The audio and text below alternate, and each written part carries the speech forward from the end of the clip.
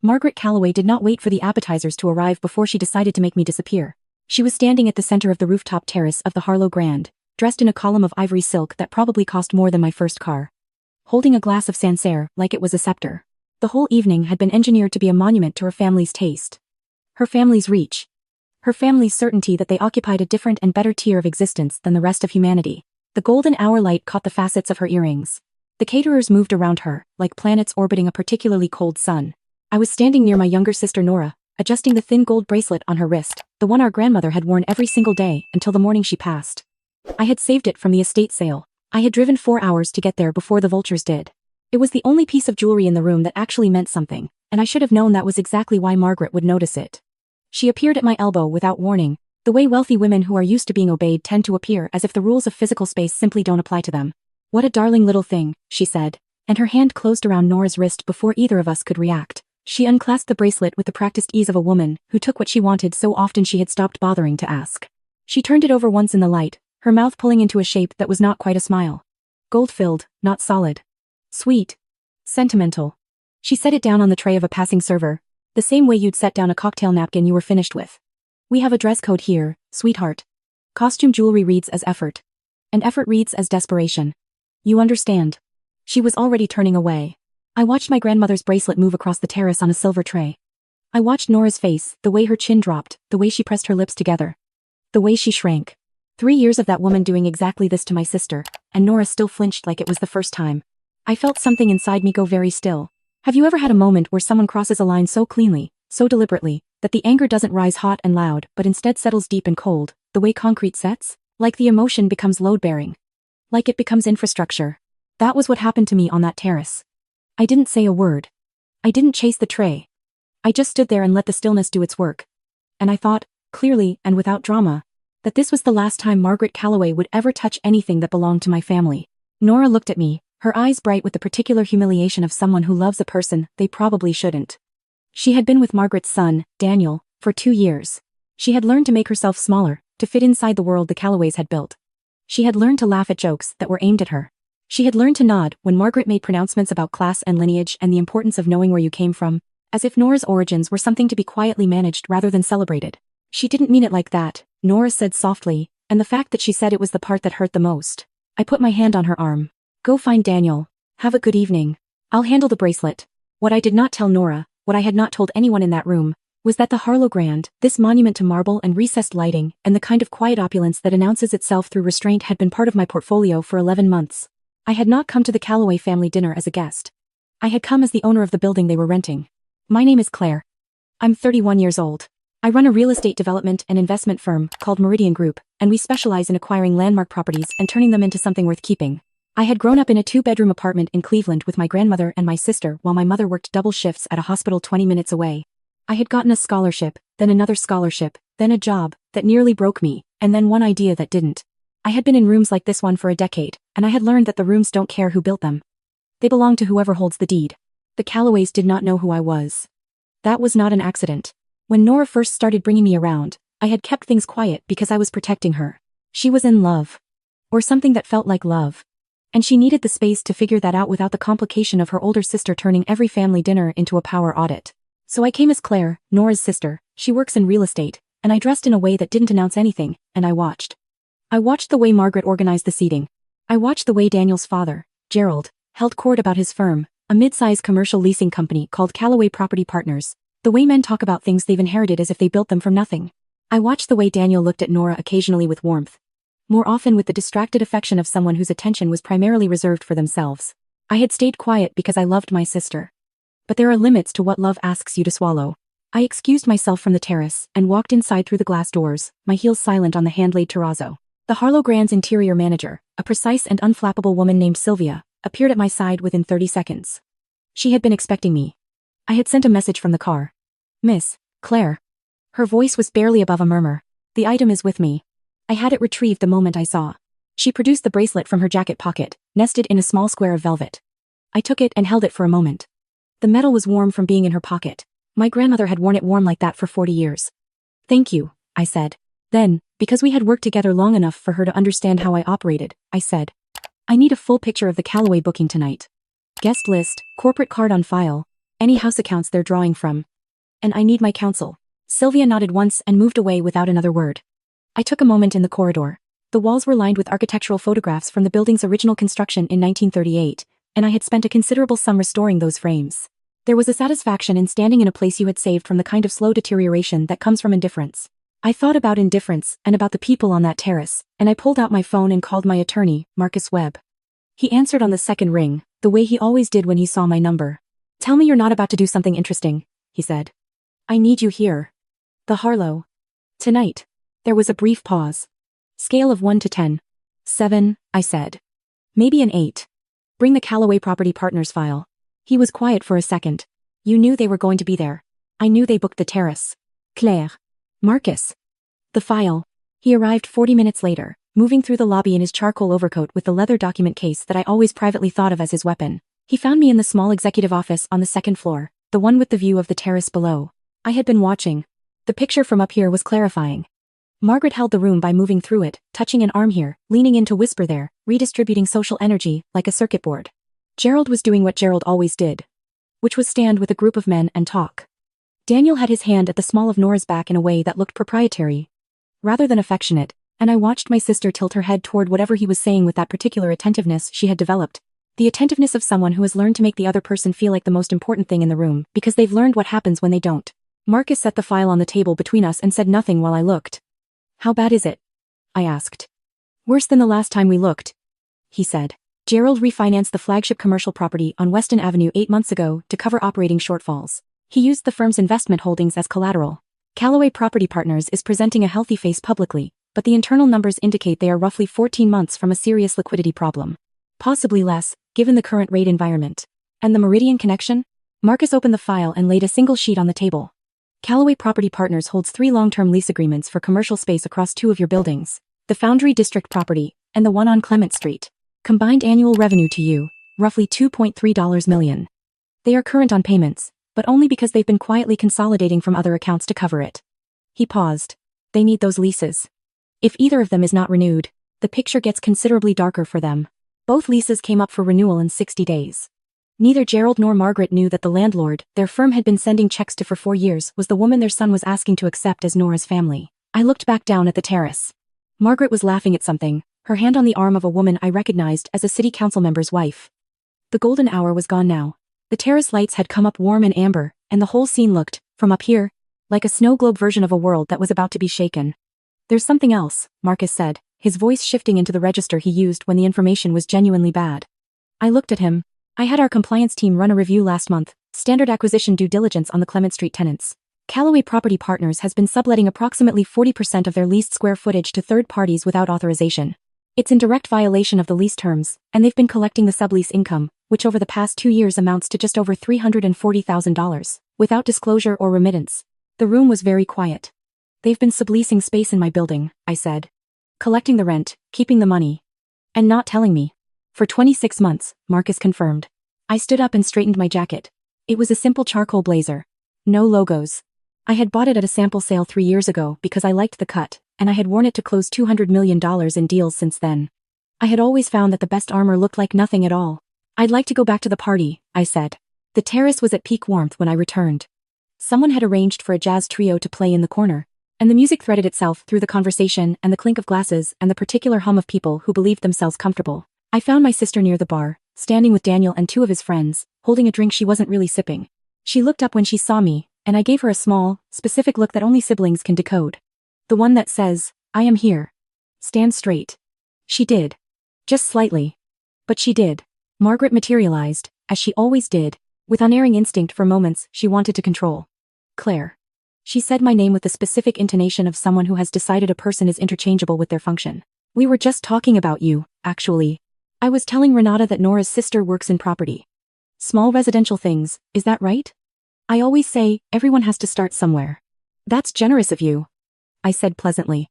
"Daniel tells me you've been at it for what, 5, 6 years? It's a tough market. I'm sure you're scraping by." She smiled at Renata, who smiled back in the way women do when they're confirming a hierarchy they didn't establish. "Gerald could probably point you towards some entry-level opportunities, if you're looking to move up. It's all about who you know, in this business." I let the pause sit for exactly long enough. Speaking of, I said, how is the Weston Avenue property holding up? I heard the refinancing was a tighter pull than expected. The smile on Margaret's face did something complicated. I'm sorry? The flagship. I ask because I have some familiarity with the current commercial lending environment in that corridor, and the terms Gerald secured were well. It's a challenging position to be in. I tilted my head. I hope the Clement Street income is covering the gap. Margaret's glass had stopped moving toward her mouth. From across the terrace, I could see Gerald turning. Some antenna had gone up. The way it does for people who have been managing fragile things for long enough, you develop a sensitivity to the specific frequency of danger, and something in my voice, or perhaps the look on Margaret's face, was broadcasting on exactly that frequency. He came over. Everything all right? Of course, Margaret said, but her voice had lost its architecture. I smiled at Gerald and said, I was just complimenting the Callaway portfolio. You've built a remarkable presence in the commercial leasing market, particularly given the Clement Street operation. I watched his face. The subletting arrangement has been quite creative. The color that moved through Gerald Callaway's face in the following 3 seconds was something I will carry with me for a long time. It started as confusion, moved through calculation, and arrived at a particular gray shade that indicated the body's understanding of something the mind was still refusing. Daniel stepped closer. What is she talking about? Nothing, Gerald said, the word coming out too fast and too flat. Gerald. I kept my voice low and conversational, the same voice I use in boardrooms when I am telling someone their offer has been declined. I think we both know what I'm talking about. The unauthorized subletting of 40% of your leased square footage at the Clement Street property, over 26 months, for which you have collected and retained approximately $340,000 in rental income. Income that, per the lease agreement you signed with Meridian Group, belonged to your landlord. The jazz trio played on, cheerful and unaware. Meridian Group, Gerald repeated, and the way he said it told me the gears had caught. People in commercial real estate knew the name. He had signed checks to that name for 4 years. He had simply never connected the woman his son brought to family dinners with the entity those checks were addressed to. I've owned the Clement Street building for 4 years, I said. I acquired the Foundry District property 18 months after that. Both of your active leases are mine. I let that land before I continued. Both come up for renewal in 60 days. Margaret made a sound that wasn't quite a word. And the Harlow Grand, I said, looking around at the terrace with its warm lights and its ambient jazz and its catered abundance, I acquired 11 months ago. You've been celebrating in my building tonight, on a house account that, as of about 20 minutes ago, has been suspended pending a formal review of your firm's financial relationship with Meridian Group. Gerald looked at his wife. His wife looked at me. Neither of them spoke, and in the silence, the jazz trio sounded very loud. Daniel said, "This is insane.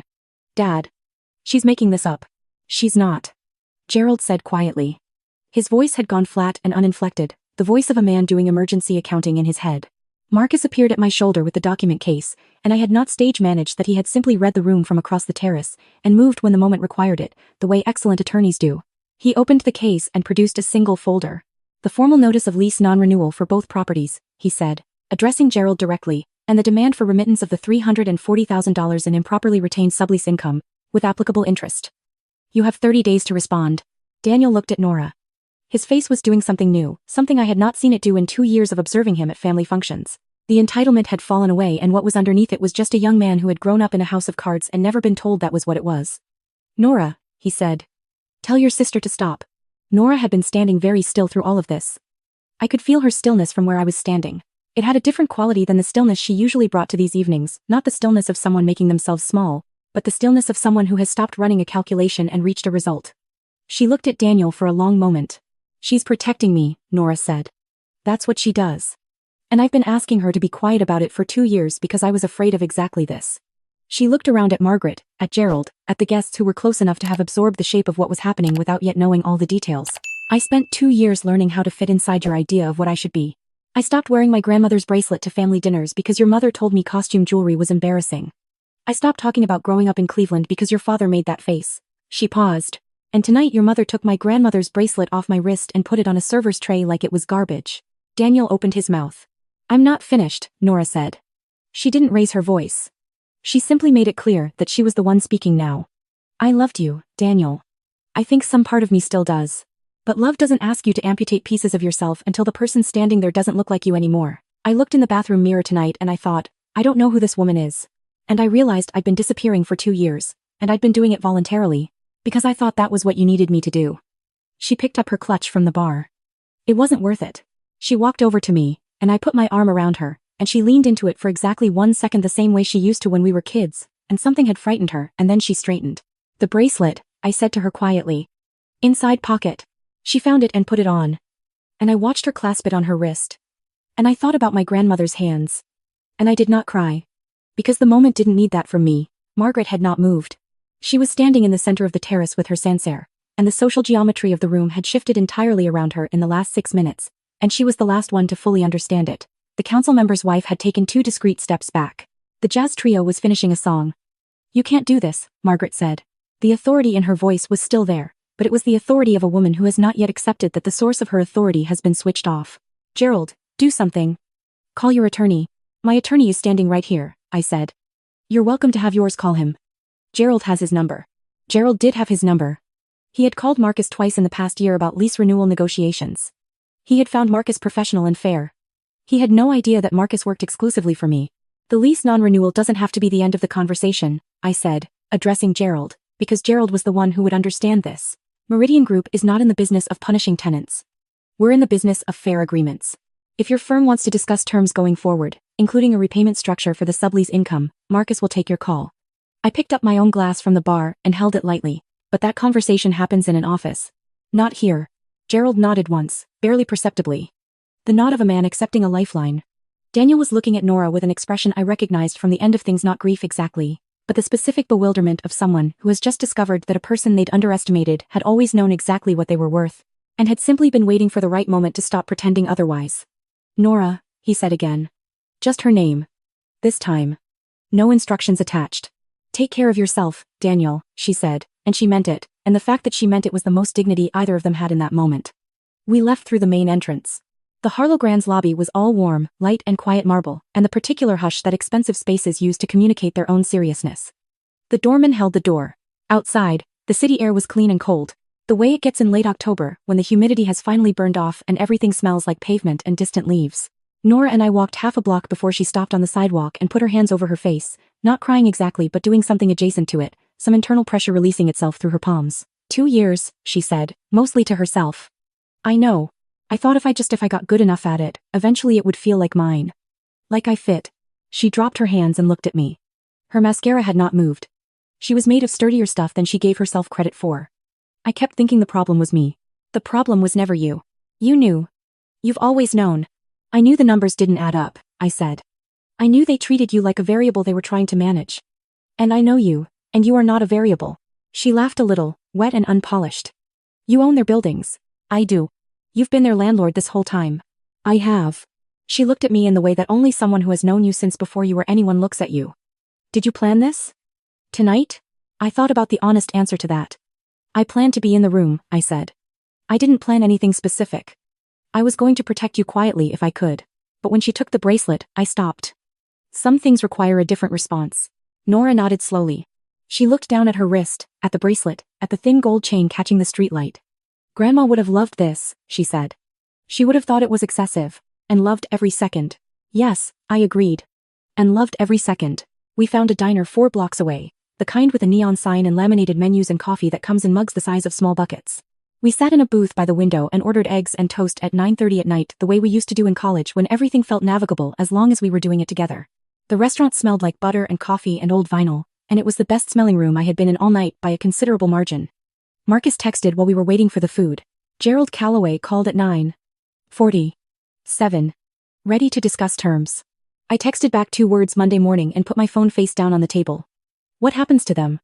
Nora asked. She was stirring her coffee, watching me. "Honestly, Gerald is smart enough to negotiate. The firm probably survives if they're willing to restructure and resolve the sublease issue. The Weston Avenue situation is his to manage, that's outside my purview." I watched the steam rising from my mug. Margaret is going to have a harder time. Women who've built their identity around social position and the maintenance of a particular image, when that image takes a public hit, the reorganization is painful. "Do you feel bad for her?" I considered this genuinely. "No," I said. "She took your grandmother's bracelet off your wrist and put it on a tray. She spent 2 years dismantling your sense of yourself piece by piece and calling it preparation. She doesn't need my sympathy. She needs a reckoning, and she got one." "And Daniel?" I looked at my sister. There was something complicated in her eyes, the way there always is when someone is trying to hold loss and relief in the same place at the same time. "Daniel is going to be fine," I said. "Men like Daniel always are. They have enough cushion. Whether he learns anything from this," I shrugged. "That's his work to do."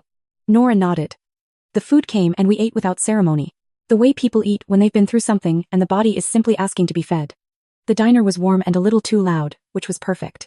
At some point, Nora reached across the table and put her hand over mine for a second, the way she used to when we were little, and she wanted me to know she understood something. I'm sorry, I kept asking you to be quiet, she said. You were protecting yourself the only way you knew how at the time. I was. But I should have known you were protecting me too. Now you know, I said. For the record, you can always know. She smiled, and it was her real smile, the one that she used to wear before she started editing herself. And it was so good to see it that I had to look out the window at the street for a second so she wouldn't see that it had gotten to me. Outside, the city moved the way it always does, indifferent and alive, full of people managing their own reckonings, their own private arithmetic, of what they were worth and who had told them otherwise, and whether they believed it. I thought about the Harlow Grand, and the warm light on its terrace, and the woman who had set my grandmother's bracelet on a silver tray, and walked away satisfied, and I thought about the way satisfaction can turn, slowly and completely, into something else. Not every debt announces itself. Some of them build up quietly, in the register of small humiliations and dismissed people and objects placed carelessly on trays. They accumulate with interest. And when they come due all at once, and the accounting is total. I left my tip in cash, the way my grandmother had always done. Nora put on her coat and looped her arm through mine. We walked out into the October night, and I did not look at my phone for market updates. And I did not think about the Clement Street filing, or the Harlow Grand, or any of the buildings with my name in the fine print of their ownership documents. I just walked with my sister, in the city we had always planned to conquer, on a night that finally felt like we were.